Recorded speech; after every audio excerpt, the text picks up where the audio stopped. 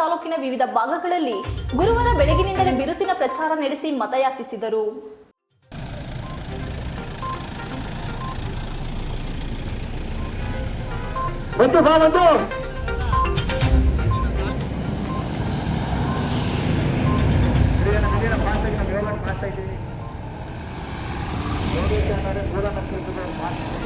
ಹಾಸನ ವಿಧಾನಸಭಾ ಕ್ಷೇತ್ರದ ವ್ಯಾಪ್ತಿಯ ಹೂವಿನಹಳ್ಳಿ ಕಾವಲು, ಹರಳಹಳ್ಳಿ, ಕುಪ್ಪಳ್ಳಿ, ಹಂದಿನಗೆರೆ, ಹೂವಿನಹಳ್ಳಿ, ಕೆಂಡಿಪುರ ಕೊಪ್ಪಲು, ಹೊಸೂರು ಕೊಪ್ಪಲು, ಕೆಂಡಿಪುರ ಹೊಸೂರು, ನಂಜದೇವರ ಕಾವಲು, ಕೋರಹಳ್ಳಿ, ಅಗಲವಳ್ಳಿ, ಹುತ್ತೂರು ಕೊಪ್ಪಲು, ಅಗಲವಳ್ಳಿ ಕೊಪ್ಪಲು, ಹುತ್ತೂರು, ಮಲ್ಲಿನಹಳ್ಳಿ, ಜನಿವಾರ, ಅರೆಕಲ್ಲು, ಹೊಸಳ್ಳಿ ಸೇರಿದಂತೆ 30ಕ್ಕೂ ಹೆಚ್ಚು ಗ್ರಾಮಗಳಲ್ಲಿ ಮನೆ ಮನೆಗೆ ತೆರಳಿ ಕರಪತ್ರ ವಿತರಿಸುವ ಮೂಲಕ ಪ್ರಾಜ್ವಲ್ ರೇವಣ್ಣ ಪರ ಮತಯಾಚನೆ ಮಾಡಿದರು.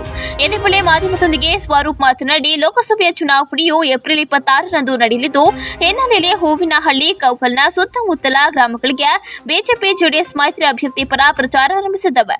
ಜೆಡಿಎಸ್ ನಾಯಕರು ಹಾಸನ ಜಿಲ್ಲೆಯಲ್ಲಿ ಮಾಡಿರುವ ಕೆಲಸಗಳನ್ನು ಆಧರಿಸಿ ಜಿಲ್ಲೆಯ ಜನರ ಬಳಿ ಪ್ರಾಜ್ವಲ್ ಪರ ಮತ ಕೇಳುತ್ತಿದ್ದವು. ಉತ್ತಮ ಜನಸ್ಪಂದನೆ ವ್ಯಕ್ತವಾಗಿದ್ದು, ಈ ಬಾರಿ ಮತ್ತೆ ಪ್ರಾಜ್ವಲ್ ರೇವಣ್ಣ ಅವರು ಸಂಸದರಾಗಿ ಆಯ್ಕೆಯಾಗುವುದರಲ್ಲಿ ಯಾವುದೇ ಅನುಮಾನ ಇಲ್ಲ ಎಂದು ವಿಶ್ವಾಸ ವ್ಯಕ್ತಪಡಿಸಿದರು.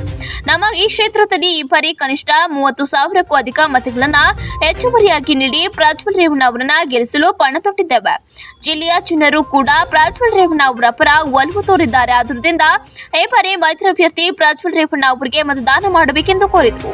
ಈ ಸಂದರ್ಭದಲ್ಲಿ ಒಕ್ಕಲಿಗರ ಸಂಘದ ನಿರ್ದೇಶಕ ಸುಮುಕು ರಘು ಮಾತನಾಡಿ, ತಾಲೂಕು ಪಂಚಾಯಿತಿ ಮಾಜಿ ಅಧ್ಯಕ್ಷ ಅಣ್ಣಪ್ಪ, ಅಗಲಹಳ್ಳಿ ಯೋಗೇಶ್, ಬಾಲಕೃಷ್ಣ ಉದ್ಯಮಿ ಮಂಜುಣ್ಣ, ನಗರಸಭಾ ಸದಸ್ಯ ರಫೀಕ್, ಹೊಸೂರು ರಘು, ರವಿ, ಶೋಭಾ ಮಜ್ಜನಹಳ್ಳಿ, ಕಂದಲಿ ಸಂತೋಷ್ ಹಾಗೂ ಗ್ರಾಮಸ್ಥರು ಹಾಗೂ ಮುಖಂಡರು ಸೇರಿದಂತೆ ಉಪಸ್ಥಿತರಿದ್ದರು.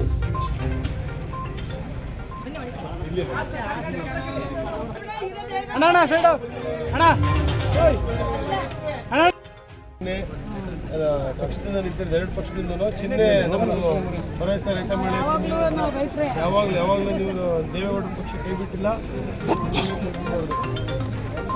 ಯೋಗನ ಇರ್ತಾರೆ, ಕೆಲಸ ಕಲಿಯಬೇಕು ಮಾಡಿಸ್ತಾರೆ.